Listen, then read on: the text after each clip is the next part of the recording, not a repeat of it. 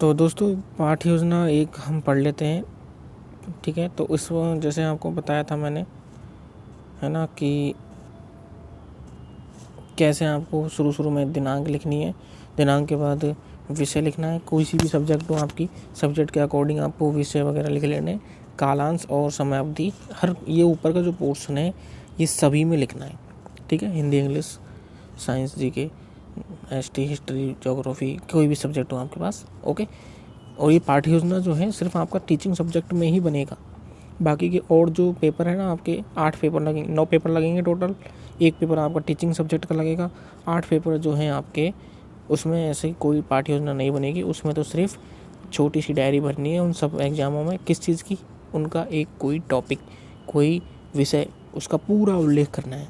बाकी जो पाठ्य योजनाओं की बात है वो सिर्फ आपके टीचिंग सब्जेक्ट कौन से, वही जो आपने ग्रेजुएशन करी है। ग्रेजुएशन किस में करी, पीसीएम, हिस्ट्री, ज्योग्राफी, है ना, वगैरह जो भी आपने लिया है उस हिसाब से। तो हम सबसे पहले ये लिख देंगे, ठीक है। उसके बाद हम यहाँ लिखेंगे विषय वस्तु विश्लेषण।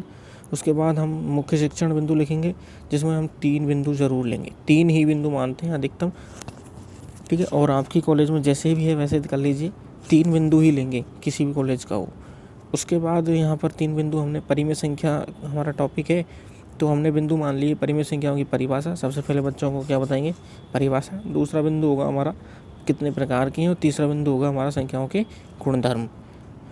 उसके बाद आगे चलते हैं हम मुख्य शब्दावली। मैंने आपको बताया था परिमेय संख्या बच्चों के अगर नई टॉपिक आया है तो बच्चे कुछ तो जानते होंगे कि संख्याएँ होती हैं, लेकिन एक परिमेय नाम की होती है, तो उसका थोड़ा सा एक टॉपिक बताओगे, मतलब उसकी संख्या बताओगे कि हम P/Q के रूप में लिखते हैं, P अंश होता है, हर होता है, ऐसे हो गया बात। आगे चलते हैं, आगे चलने के बाद हम एक और लिखेंगे इसमें ही, मुख्य तथ्य कि समतुल्य परिमेय संख्याएं क्या होती हैं। यहाँ आप कुछ भी लिख सकते हो, परिमेय कौन सी होती है, अपरिमेय कौन सी होती है, तो आपके हिसाब से बना सकते हो। और डायरेक्ट बनाना है तो ये देख लीजिए। आगे चलते हैं, उद्देश्य। आपको ऐसी सारणी बनानी है, या 2 लाइन खींचनी है और फिर ऐसे खींचनी है। यहाँ पर आपको लिखना है क्या, उद्देश्य, और यहाँ पे क्या लिखना है, आपेक्षिक व्यवहारगत परिवर्तन।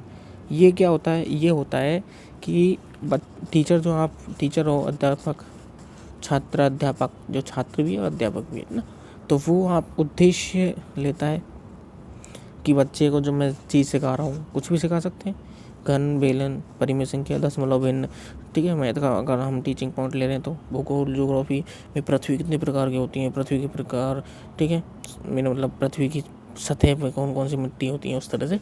तो मतलब फिर उससे ज्ञान, उससे अवबोध, ये कितने होंगे, 6। और इनमें ये जो 5 बिंदु लिख रहे हैं ना हम, ये आप 5 लिखे हुए। आपके कॉलेज में अगर 3 लिखवा रहे हैं तो 3 लिख दो, कोई परेशानी नहीं है। अधिकतम 5 बिंदु ही मानते हैं तो 5 लिख देंगे। अब ये जो 1, 2 कितने हैं, ये 6 हैं हमारे पास, 1, 2, ठीक है।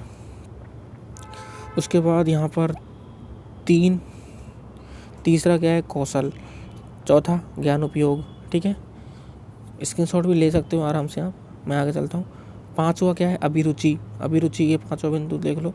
उसके बाद आगे चलते हैं, क्या है, अभिवृत्ति हो जाएगी।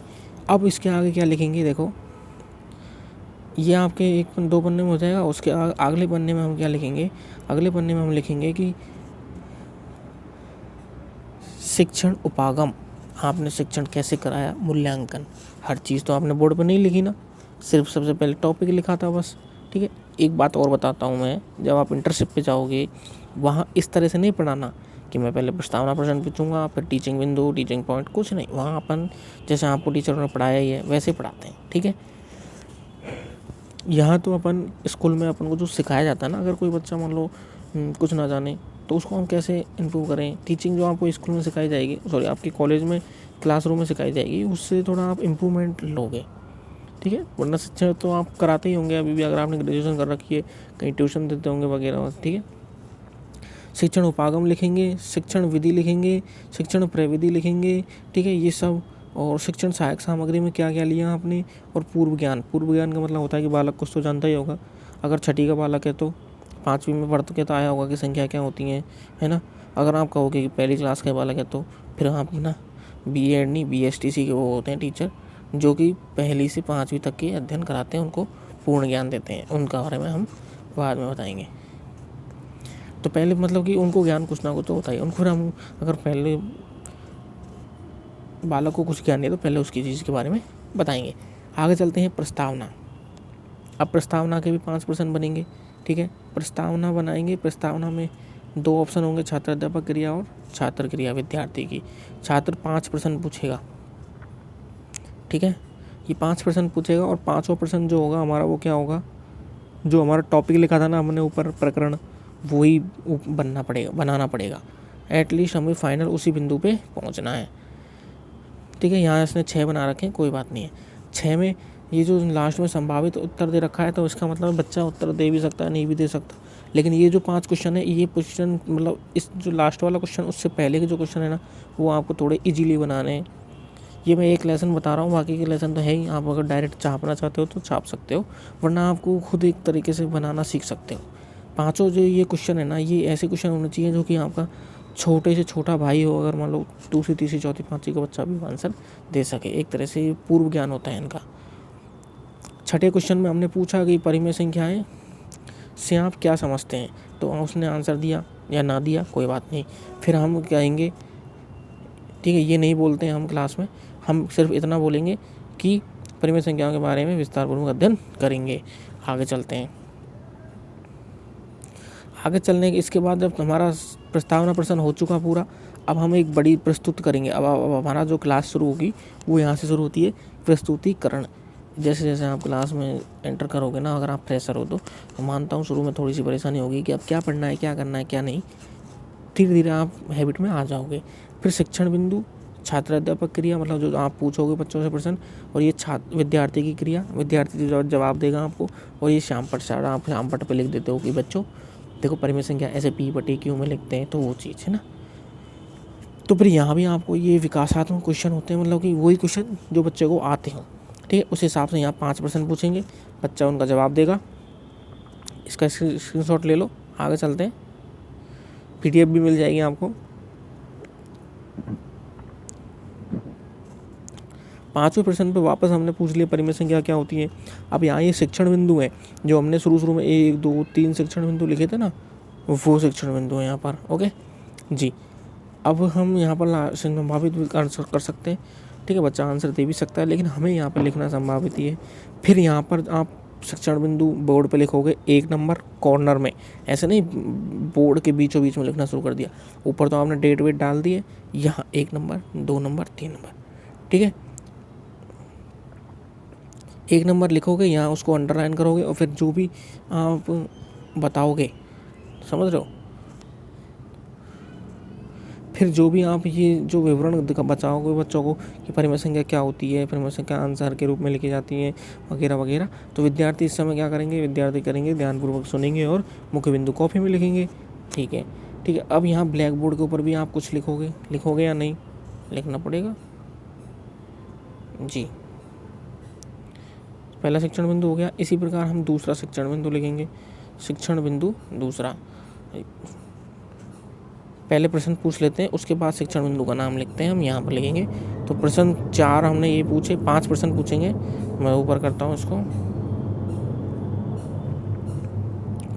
ये 5 प्रश्न पूछ लिए, और फिर वापस से पहला हमने परिभाषा बताने की बात की थी, दूसरे हमने क्या की थी, परिभाषाओं के प्रकार या परिभाषा बताई थी। तो उस प्रकार से यहाँ क्या लिख देंगे, संभावित उत्तर, ठीक है।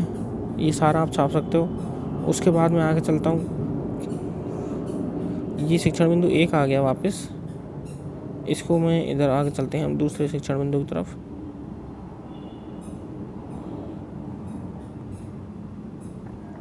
दूसरे शिक्षण बिंदु पर ये है, आप ये सोच रहे ना ये क्या है, ये आपको जो परिमेय संख्याओं का चार्ट होता है ना, बहुत परेशान करेंगे आपको सभी टीचर या फिर वो, क्योंकि इससे क्या है, अट्रैक्शन होता है बच्चों का, और आपकी भी क्रिएटिविटी दिखती है, और इसी से नंबर जितनी अच्छी सुंदरता से करते हो बीएड में, तो बीएड में तो क्रिएटिविटी के ही नंबर होते हैं।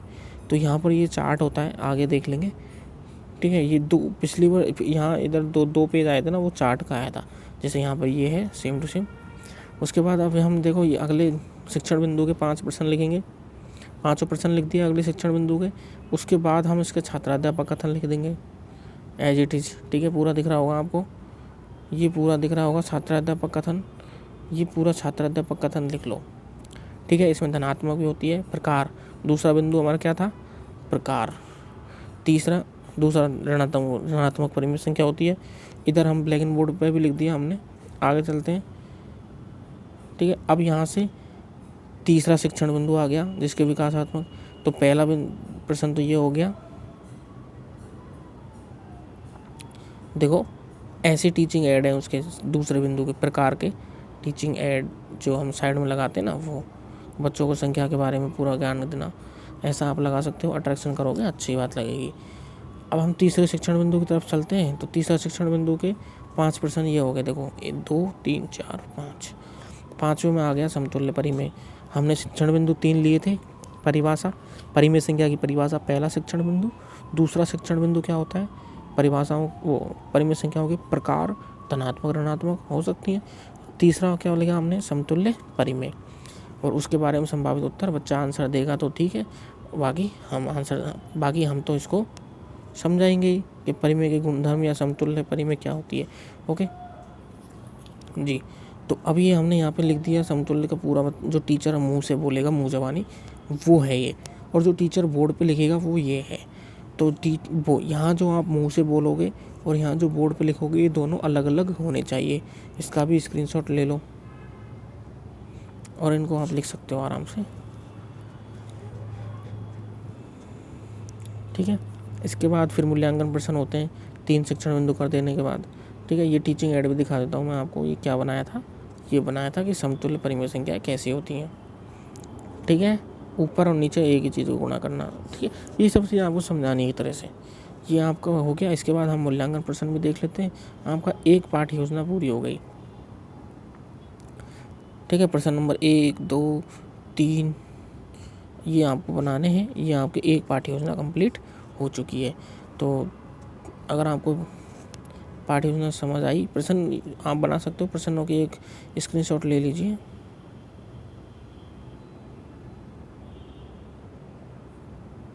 ले लिया होगा। आगे नीचे वाले पेज भी खोल देता हूँ एक बार, ठीक है। तो ये सब आप लिख सकते हो, वीडियो पॉज करके भी लिख सकते हो। तो थैंक यू। और बाकी तो और जो लेसन है मैं यहाँ पे प्रोवाइड कर दूंगा, एक लेसन। Thank you.